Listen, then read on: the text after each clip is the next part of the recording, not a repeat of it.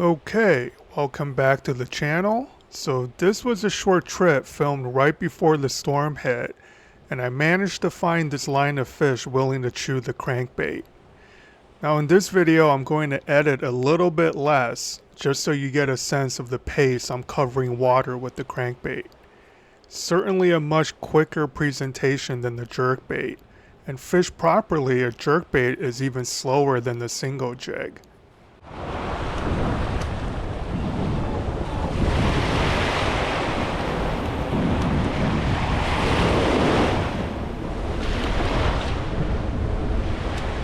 So it's no secret that this is rapidly becoming the worst fluke season for most people in recent memory, and I completely agree with that sentiment. Don't let these videos fool you into thinking I'm on these fish every trip. That's so far from the truth it's not even funny. I've had to work 3 times as hard to find and stay on these fish compared to seasons past. And on that depressing note, spinner blades are back in stock at cookieandfishing.com. I will say that with the amount of peanut bunker I'm seeing, if we get a late summer rally, that extra flash and vibration could definitely make a difference. When fluke are heavy on peanuts, the game is to make your jig stand out from the crowd.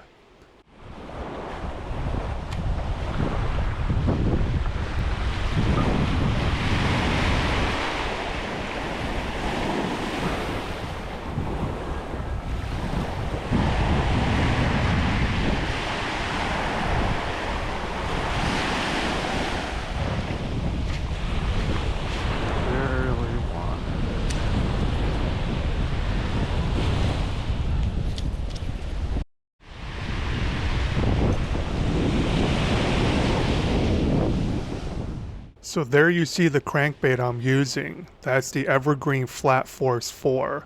I'll leave links to everything I'm using in the description below. The rod I'm using here is the discontinued Daiwa Rebellion glass composite cranking rod, but there are several good alternatives that I'll include links to. Daiwa does a great job with their composite rods. They're not dull and heavy like many dedicated crankbait rods on the market. The reel is the Daiwa Alpha's SVTW. Again, I'm a huge fan of the SV reels from Daiwa. Many times I'm throwing the crankbait when the wind is howling like it is today, and the SV spool really makes it a thumb and brain-free operation in the wind. Now, if you are going to throw the crankbait a lot, it does pay to use a dedicated cranking setup, especially in the salt where I'm throwing braid to leader. Watch how smoothly this rod loads up deep on every fish in this video, and that along with the very smooth drag meant my landing ratio that day was pretty much perfect.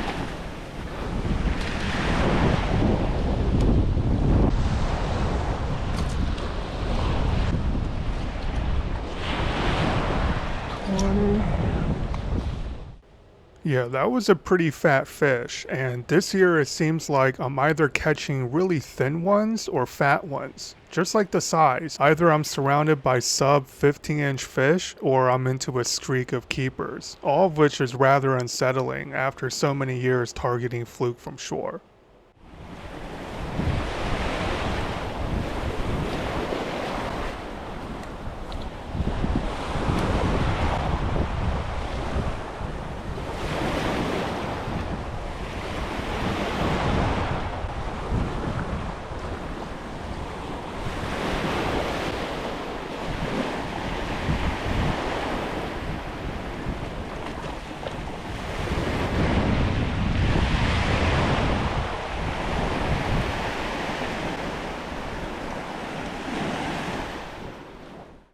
So here I'm experimenting with other crankbaits in my box. This is the Rapala OG Rocco, a balsa square bill with a much more aggressive posture in the water than the evergreen flat side I was using.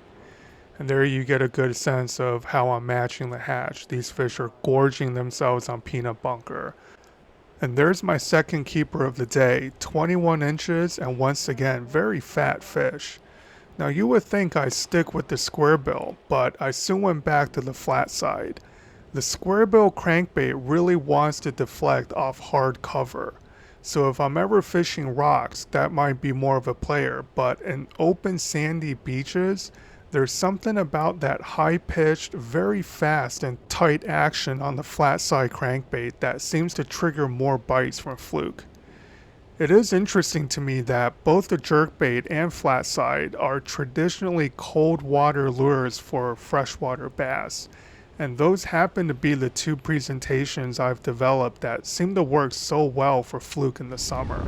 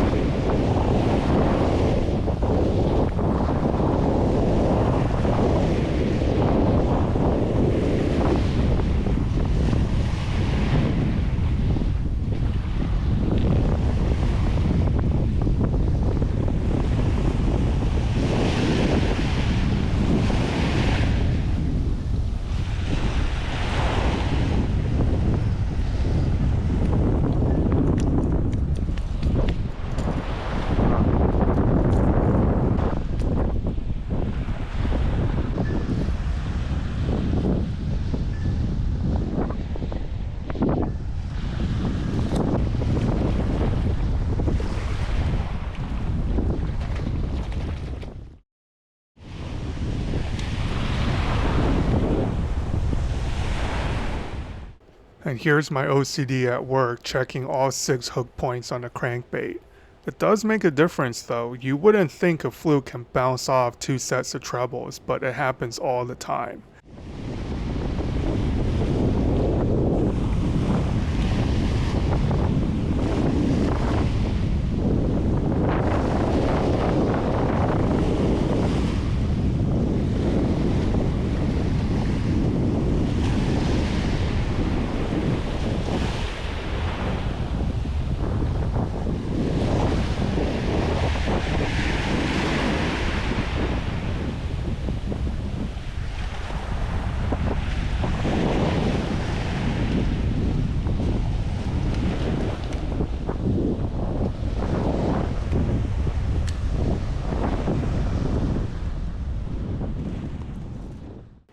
There's the evergreen flat side I thought I retired earlier in the year. Now just to give you some idea of my tackle whoredom, I now have 6 flat forces in that color, cold shad, but there's something about the way that particular one swims. If I ever break 8 pounds on this bait, I swear I'm framing it and hanging it on the wall. Now I addressed this in an earlier crankbait video, but it bears repeating here. The counterintuitive truth is I have yet to gill or gut hook a Fluke running treble hooks on a crankbait, while I've deep hooked something like 3 to 5% of my fish on jigs. One reason is they don't try to eat a hard piece of plastic versus gulp, but more importantly, the trebles prevent them from taking the bait too deep because it catches the jaw on the way in. Now you can go back and look at every fish I've caught on these crankbaits, even the 6s and 7s, and none of them ended up bleeders.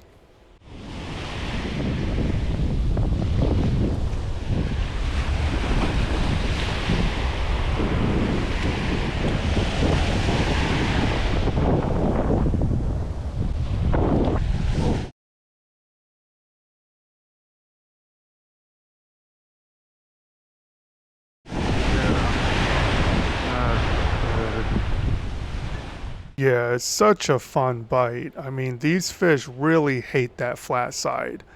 With jerkbaits, you do get the occasional aggressive bite, but it seems like every other fish tries to yank the rod out of your hand when you've dialed in to the right crankbait.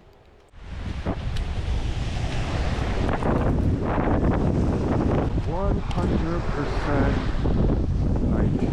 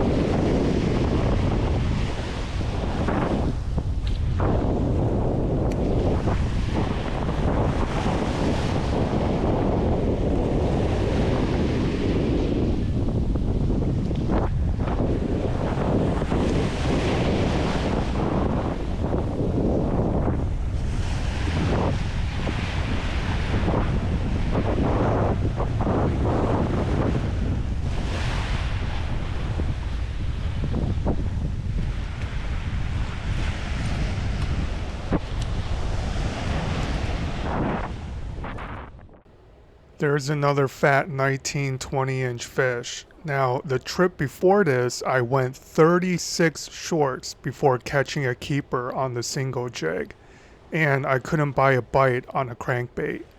The trip before that, 2 shorts and 8 hours of walking the beach. Just a crazy, crazy fluke season we're all having this year.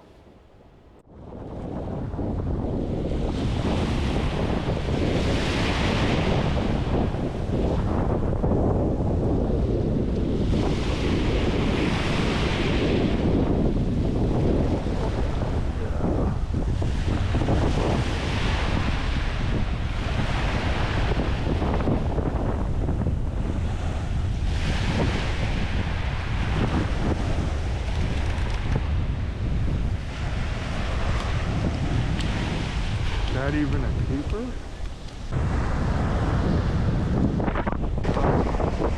Oh, so low. Man, slot. There you hear me call this fish a slot, and there does seem to be a dearth of fish around 18 inches this year. You guys let me know if that's true for you as well. The vast majority of my keepers were over 20, 21 inches, and I don't think it's a leap to blame that on the ridiculous 1-inch slot limit we had for 2 years running, concentrating all that effort on 1 year class of fish. Now, you can thank the Southern party boats for ramming that dumb idea through the committee, just like you New York fluke heads can blame your party boats for the mid-season increase in size limit, all in exchange for an extended season.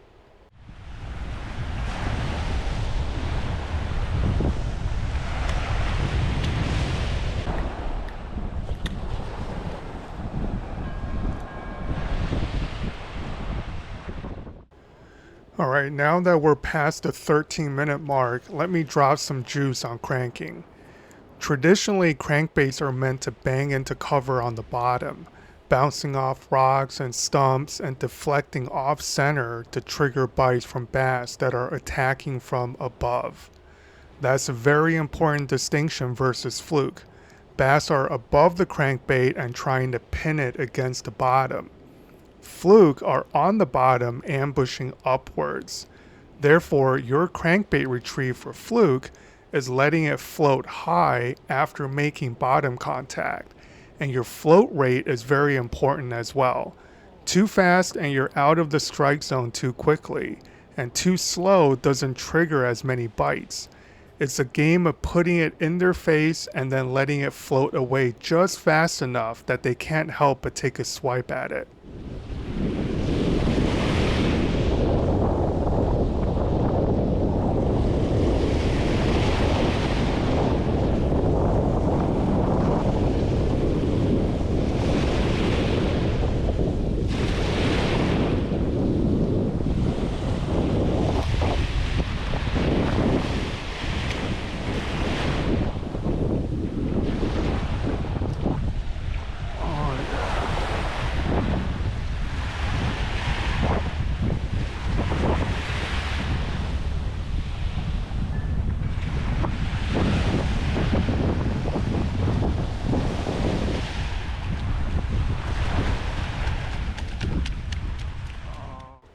And that's my last keeper of the trip, and I'm sad to say I did not leave them biting. For the next 40 minutes I had 0 fish and packed it in before I drove myself crazy looking for them.